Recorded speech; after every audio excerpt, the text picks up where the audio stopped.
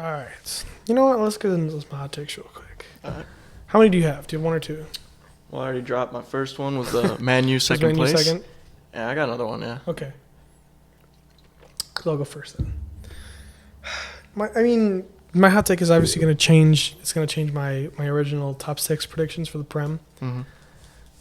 I think Chelsea's finishing below top six. Below top six. That's harsh. I think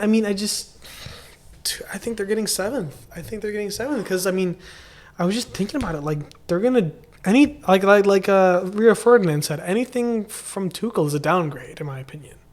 At this point, you're not getting anyone better. the only Zidane's not person- coming out of retirement. Yeah, I was gonna say the only person I could see doing a good job is Zidane. Pochettino's just a babysitter. He doesn't coach. He doesn't care. No. And I don't think Red Potter's leaving. So who else are you getting? Berhalter? No. Everything's a downgrade. I think the players are going to be. I wouldn't be too happy if my guy Tuchel got ripped from me, especially like Alba, who was ready for the reunion. Yeah. If you're Pulisic, you're buzzing though. Yeah, new chance to get some minutes, dude. He needs to get out of there. Dude, they should have at least loaned him. Yeah, I don't let him alone. Freaking Bowley's like, I need my American on the team. I don't know. I can't see them finishing doing well. Like you're losing to shitters. Yeah. And that was with Tuchel. Like after Tuchel, whoever you're gonna get, I don't know how you're gonna get those players to go with it and perform to what they're supposed to be under the good circumstances. So I hear Rangnick's on the market. Oh my goodness, dude. This guy said I'm staying for 2 years as a consultant and then said, never mind, you guys are shit. Yeah, I go to Austria now. Austria, where they actually listen to me. Yeah, I think Man U's sneaking into my top 5 now that they're doing better. And I don't know, I have City, I have Spurs, I have Arsenal, I have Man U. No, I have Liverpool, Man U. It's going to be a good season. It's going to be a really good season. I was going to say, it's been entertaining so far. Every team has stacked themselves. Every team's stacked, and, no games are predictable. We're drawing to Aston Villa. Yeah, that was a good game. That's crazy. And they've been doing shit. They have been doing shocking. Right. Any team at any moment can do That's something. what I'm saying. I think it's going to be really fun year, especially with Holland and Alvarez and Nunez doing good. This is good. Despite the bad start, I still feel like West Ham will get top 7. Yeah, they might get some. I had them I think I had them 6th for me. No, I had Newcastle 6th. They're doing good. They're cooking. They're doing good. I think they might be my 6th then, and Chelsea 7th. Fuck. Is that oil money? Is that oil money? Yeah, they're gonna have a big January too, I think. I don't know, man. I don't see them figuring it out because right now they're losing to shitters. Right now they're drawing to shitters. Yeah. So, how are you gonna beat City? How are you gonna beat Arsenal? How are you gonna beat Spurs? Not gonna. Yeah. Kai Havertz mid. That's why you got Alba, but Koundé's just like, I'm glad I didn't go to these fucking guys. Oh my God, bro. Is he even registered with Barca? I think he is now. Somehow they're pulling money out of their anus. Where's the financial fair play rule? 8 teams get fined for FFP, and not Barcelona. And not Barca, who signed like 12 players. They signed so many. And all high-profile players. Yeah, they just got Alonso and Bellerin. Yes, Bellerin. I mean, I don't know. What's happening there? But I don't see them finishing top 6. What's your next hot take? I think that I'm a little biased. I'm an AC Milan fan, but personally, just on what I've seen, all the people that spend tons of money, everything, I think personally Maldini has the best philosophy in transfer windows in the world. I think his philosophy is the best. He signs young players that are just, for example, Teo. He came out of Real Madrid, went to Sociedad, and, he was never going to get his minutes at Real Madrid. Bought him for the cheap, $20 million. Now what is he worth? Like 80. 80, 90. Leao, another guy. Now he's worth 128. Serie A MVP. We won the league with guys, and we were like the 4th youngest team. You were testing guys out. Yeah. I mean, the thing with AC Milan is what you guys do so well is you pick talented players that have a good future, have good skill sets, and you play them. Mm-hmm. And we stick to the coach. You give them time. You give them their minutes. You let them develop, and they actually become good. Like we understood the first couple seasons. And yeah, exactly. Like you guys said, you didn't need to finish top two. You didn't need to win the league. We're okay with a little bit of a rebuild. Mm-hmm. That's what these guys, Chelsea and Man U, are missing, dude. Because they don't allow it for the rebuild. Yeah, all they do, and that's why personally sometimes I hate the Prem, because like they can just splash money whenever they want, become a good team again. AC Milan were down bad. They were like the best team in the world. Shitting. They had 7 Champions League titles. They had a starting 11 best all players, legends with like Thiago Silva on the bench, guys like that, And then they make a colossal downfall, and they recognize it. They say this is going to take time, And they say we don't mind playing Europa League a few seasons. We don't mind finishing 5th. And now look what they are. They won the Serie A. They're in a very good Serie A. They're in a very winnable group in the Champions League, and they got a lot to prove this season, but they're in a good spot, You never like fully, because they're not in the spotlight, because they're not signing the 100 million names. They're just getting the good, solid players that are going to work in a system. And they have good management, like I say, like a city, like the best management in the world. No offense, no bias, but like you get up guy, you get some people who are in charge on the big desks, and they say, okay, we have a plan, and they're okay with the losing, like you said. Like that's just, it seems so simple to us, but it's so overlooked by some of these big clubs. Like they think they think they always need to be competing for top 3 or the titles. It's like, dude. Like, yeah, the fans get impatient, but they will come back when you start winning. If you have, like, loyal fan base, which obviously AC Milan has always had, the best fan base, I think, one of the best in the world, like, they will be okay. They will understand where you're at, and they won't demand for people's heads to get cut off because they're not winning the league. That's just, like, that's sports. That's just how it goes. Yeah. Italians will stick to their team. Everything. No way any Italian team or Milan fans are switching over back and forth. They're not going to Inter. Hell no. They hate them. They will die first before becoming an Inter fan. Exactly. So they were in a good spot to do that. And I think same with Man U. I think they're going to be, Man U fans are not switching over to City, obviously, but I think everyone should take some notes. I think PSG is one. I think. Well, I mean, it's hard if you're a fan. Winning in the entire country of France and not be a PSG fan. How could you not? Yeah. Got some loyal fan bases, I guess, if you're not a PSG fan. But, like, I don't know, man. I mean, they're winning the league, yeah, I guess. But you gotta acknowledge that, like, you gotta want more than that.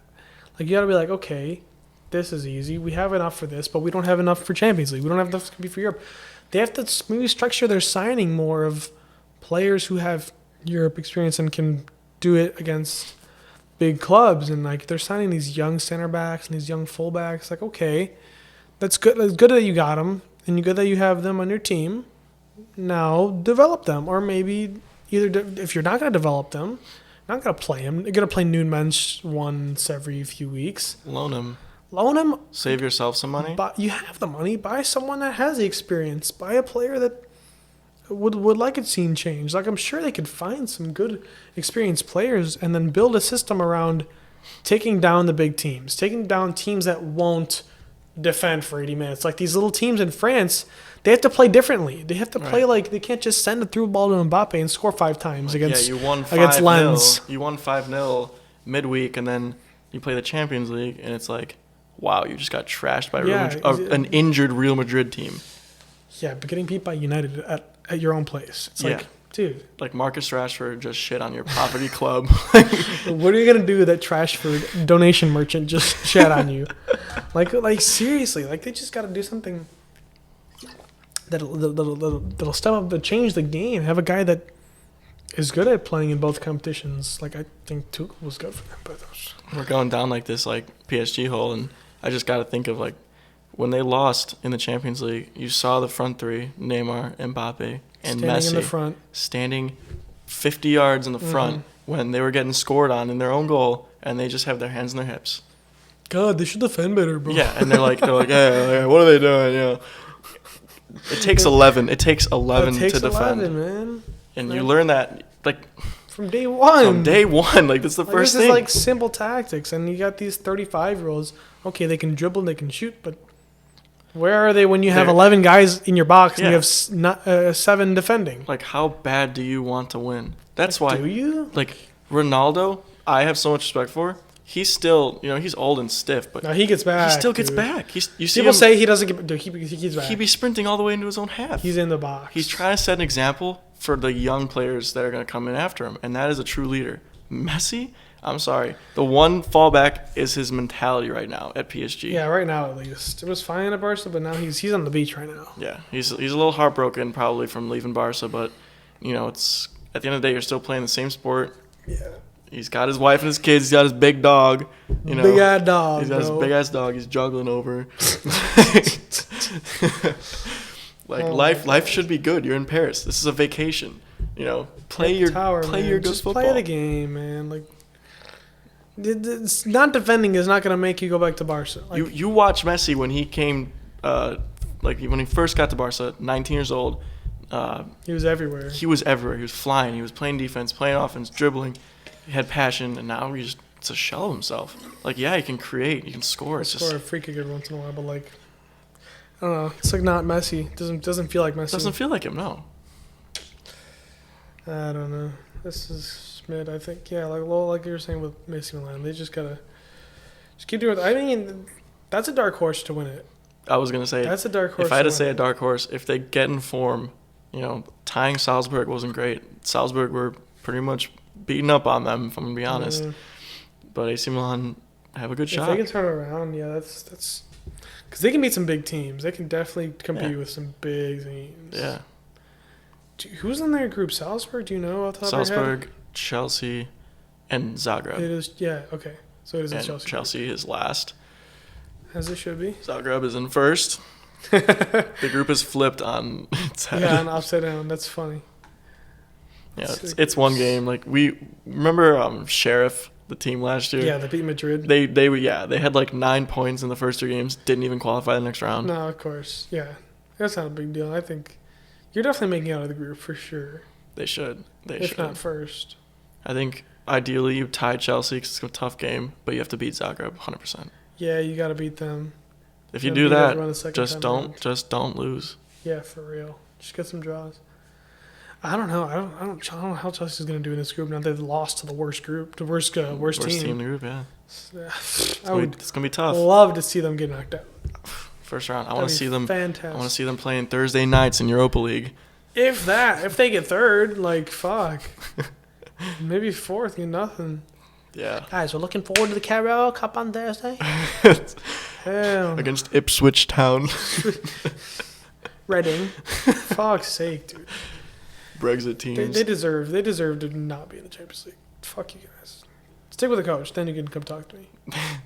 Yeah, they need to take a year off. They Yeah, then a little gap year. spent their vacation money on players. Not for real, dude. Like they needed to literally take a year and like let these players just play and get the system, and let them fucking figure it out with the new coach, and then you can compete. Yeah. They're gonna try and compete this year, and it's not gonna happen. Not gonna work.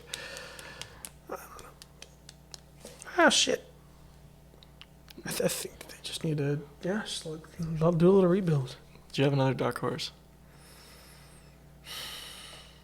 I don't like my dark horse anymore. Let's hear it. No, you need to hear it. Spit it out. Originally, what I had said was Tottenham. Okay, it was Tottenham. I don't know, man. The hot Spurs. I don't know, man. I just. They don't have the best of groups. Are they in the Juventus group? No. They're in the Marseille Sporting and Frankfurt. So they're going to qualify. They had that fairy tale run, and all they've done is gotten better since then, honestly. Yeah, they had a down year with... Horrendous. I guess, yeah. Before, what was it, Nuno Espirito Santos? God, For that guy. That's an example. You know how Graham Potter shouldn't go to Chelsea? He should not have gone to Tottenham. Agreed. He was doing great at Wolves. Wolves were like 6th. Yeah. And he's like, he sees the money. He's like, wow, Tottenham. Yeah, This is the history of the Tottenham. So much history, bro. Yeah, you're right. Graham Potter should look at that. Yeah. He probably is thinking of it as a similar situation. I hope his people around him are like, dude, you're stupid if you do this. But yeah, I don't know. I think Son is inevitable. He's amazing. Kane taps him in. I mean, they've got some better defenders now. I mean, kind of. I mean, Conte always does it in the second year. I don't think he's challenging for the Prem, but I think he could possibly do it. Very low chance. Not a favorite, but I think it might be able to happen. I think he has what Tottenham's always needed: structure. Yeah, structure, and just like, if you don't listen to me, you're out of here. Like, if you're not going to follow the program. He steps in and he says... gets Dele Alli to go to Turkey. Yeah, he's like, look, this is an attitude that we don't want in this football club. Yep. Yeah. Get him out, finally. Someone had the balls.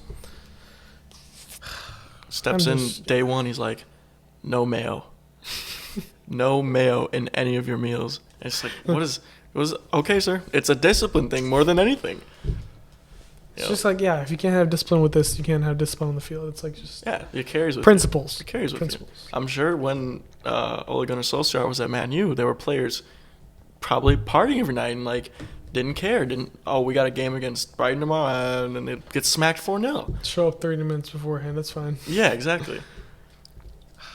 So it's always... They need that structure. They needed something to pull them together finally. Mm-hmm. It's always a mentality thing. Coaches have got to bring the mentality.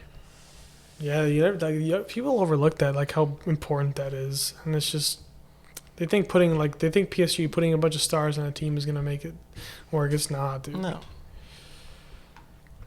Like, it looks nice. It sells tickets. Looks nice. If that's what you want. It sells the FIFA cards, but if that's what you want, but like, it seems like you need a Champions League. You need some guys who can play in the middle of the park and can get back once in a while. But I think Verratti needs to get out of there. He is too good to be. Yeah, go back to Italy, bro. Like, just save yourself the fucking even the stress. He is the anchor quality for that PSG. He's getting man of the match like every Champions League game they play as a midfielder. And like, if they didn't have him, they wouldn't have any structure. Yeah, he really does pull the strings. He reminds me of like David Silva at City. Yeah, all 5'4" of him. like doesn't necessarily put the goals and assists on the sheet, but like he will pull the strings. Mm-hmm. That's a good shout. I don't know. Anything else to add? Any other random hot takes? Any other things you wanted to say about world football? I don't think so. All right. I think that's it for me. That was a good episode. Thanks, guys, for tuning in. This has been Around the Ball. Peace out. Peace.